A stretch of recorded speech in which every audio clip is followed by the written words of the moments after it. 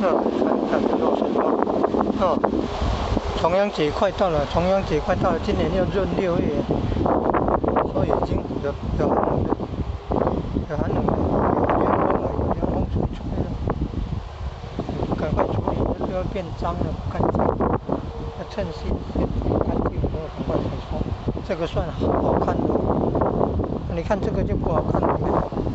你看长成这个样子了，你看长成这个样子了，这就奇怪了，这不正常的。你看哦，还有这颗虫啊，不行啊，有的还有那个彩色虫，你看形状也怪怪的，所以要赶快。有的说那个可能干的比较干，土比较干，缺水分呢就容易长那个什么这颗虫的病呢，孤心病啊，孤心的。